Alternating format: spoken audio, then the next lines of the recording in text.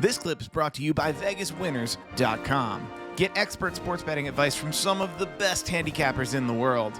Head on over to VegasWinners.com and win yourself some money. Everything TNA had going on with Hulk Hogan, Eric Bischoff, and Vince Russo. Did you think they ever presented you the way that you wanted to be presented? I mean, I think they did the best with their ideas that they had. I mean, nobody's going to present me the way I want to be presented besides as good as I will, you know, regardless. It doesn't matter who it is. So I think it's kind of a easy thing to say, you know, to kick those guys, you know, especially in this instance when they're down and people, you know, have an opinion of how they handled me or handled, you know, the company. We could have done a lot of things better. Yeah. And I think at this point in my life, I definitely am over trying to point fingers at people of why it's wrong, because, you know, I've literally moved on to a second half career. I'm working on other things. I'm looking towards the future.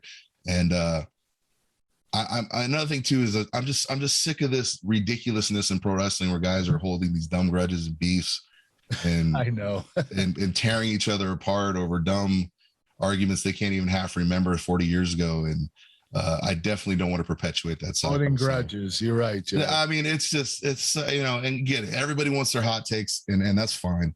But I think a lot of hot takes out there are destroying a lot of good relationships between people. Who were some of your folks you did like to work with creatively in TNA? Did you have somebody that you could go to, whether it was an agent or someone on the booking committee who you felt like you clicked with, who really got Samoa Joe?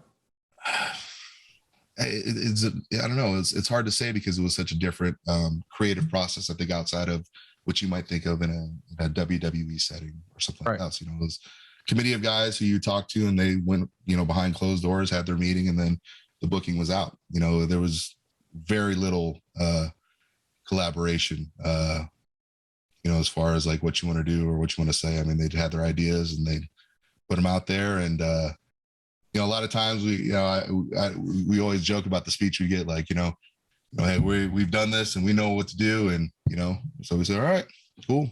And really, that's all we really could do at the time. You know, they were firmly in control. And, you know, there was the climate for working other places was dead because of a mix up by a former office worker who switched companies and lawsuits ensued. So like we were like an off limits commodity for a few years. So, you know, they knew they had us over a barrel, and the minute they didn't, you know, things changed. Hey, it's Conrad Thompson. Thanks for checking out the podcast here on YouTube. Be sure to hit the subscribe button and the notifications bell so you get a notice anytime we upload some new content. And go save yourself some money right now. If you're in a 30-year loan or you have credit card debt, it's not a matter of if I can save you money. It's a matter of how much. Find out right now for free at SaveWithConrad.com.